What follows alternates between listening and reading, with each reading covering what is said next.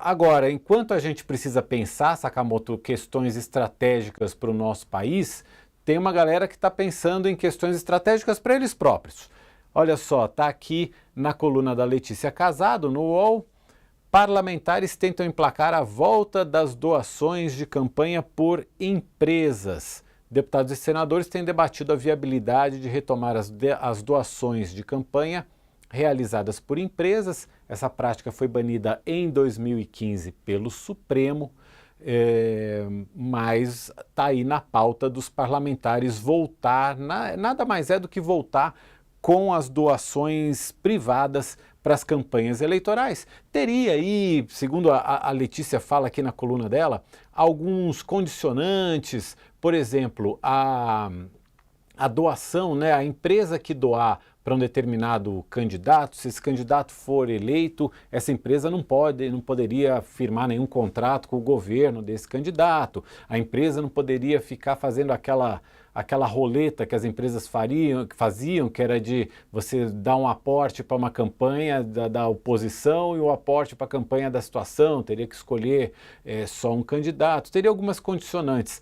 Agora, essa discussão, Sakamoto, a gente sabe que as doações de empresas geraram fenômenos como o Caixa 2 nas campanhas eleitorais. Queria ouvir tua opinião sobre isso. Olha, esse é um debate, eu tenho conversado com vários advogados eleitorais sobre isso, e isso é um debate bastante complexo. O que aconteceu? É óbvio que para que grandes empresas doam campanhas eleitorais?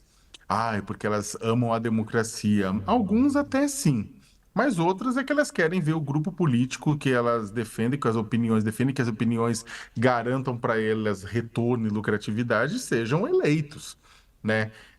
E isso acabou gerando coisas absurdas. As pessoas recebiam milhões. E o interessante, o mecanismo, pequeno parênteses, o interessante do mecanismo é o seguinte: a pessoa recebe uma doação de campanha, não para tentar fazer com que aquele político depois ele acabe entregando alguma coisa para ele necessariamente, mas para que aquele político, você crie um elo, você crie um laço com ele e ele saiba que na eleição seguinte pode ter novamente uma doação. Daí ele ajuda essa empresa. E a gente viu uma promiscuidade atroz.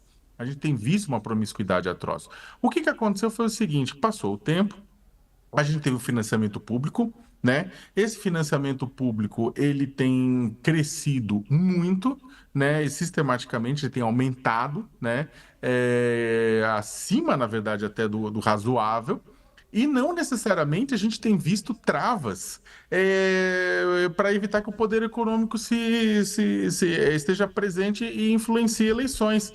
A gente não tem travas decentes com relação ao autofinanciamento de campanha, sempre tem uma questão mandrake no meio. A gente não tem travas decentes com relação a bilionários e milionários doarem dinheiro da campanha como pessoa física ou como outros membros da família doarem. Então, tem um caos, assim. Então, o que acontece? Muita gente falou, olha, ao invés de ficar pegando dinheiro público, vamos então pegar o dinheiro privado. Tá. Só que aí você tem dois caminhos. Tem gente que fala, defende o dinheiro, defende a volta ao regime privado e reduz muito, a um valor muito baixo, o público. E tem gente que quer manter aquele valor do público quase igual e também pegar o privado, que é uma doideira. Então, o que acontece?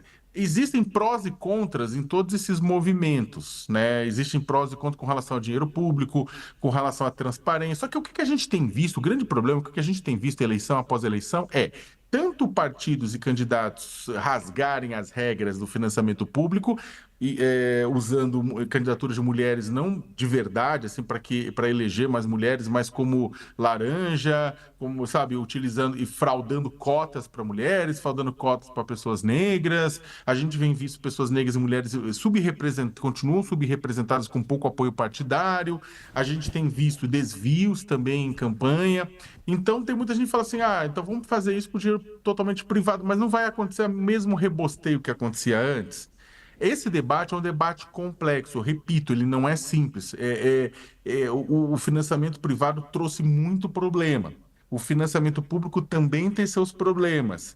Só que o que a gente está caminhando, que eu já ouvi no Congresso, é o quê? É você juntar os dois sem você reduzir o financiamento público. Tem gente que está defendendo juntar as duas coisas, o que é um caos completo. O Brasil, antes de fazer uma discussão eleitoral, deveria fazer uma discussão política mais acertada com relação a vamos regulamentar o lobby, porque o lobby existe loucamente. Quando você vai pegar agora a reforma tributária, tinha um monte de gente batendo o pé no Congresso Nacional, setores fazendo valer suas vontades. Naquela questão da desoneração dos 17 setores, que foi um debate super duro, inclusive a mídia era um dos setores e também bateu, né, para sair ganhando cascalho no meio. Teve esses debates loucamente e o Congresso estava cheio de lobista. E cadê a transparência disso? O político tem que falar quando recebe alguém na sociedade civil, tem que ir lá botar na agenda. E os lobistas? Então, antes da gente começar a fazer o debate sobre essa questão eleitoral, devíamos melhorar o sistema político brasileiro.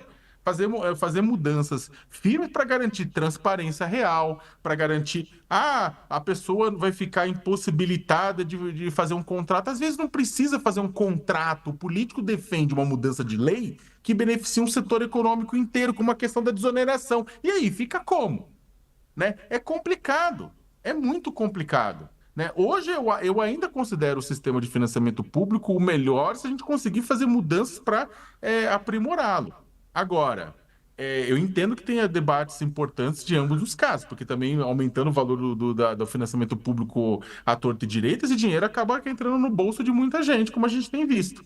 Né, e de forma ilegal, sem ser pela campanha. É um debate que precisa existir, Mauro, mas precisa vir precedido de um debate sobre política, sobre uma reforma política com relação a regulamentar o lobby, dar transparência, punir de fato quem é que se utiliza, quem é que desrespeita regras eleitorais, porque simplesmente botar mais dinheiro vai virar várzea. E o meu temor é justamente esse, viu, Sakamoto?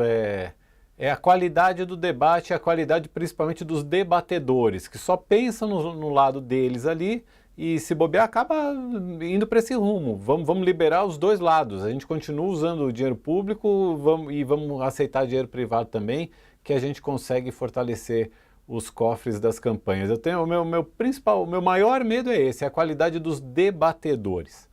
Bom, vamos falar de Estados Unidos, que a coisa está quente por lá.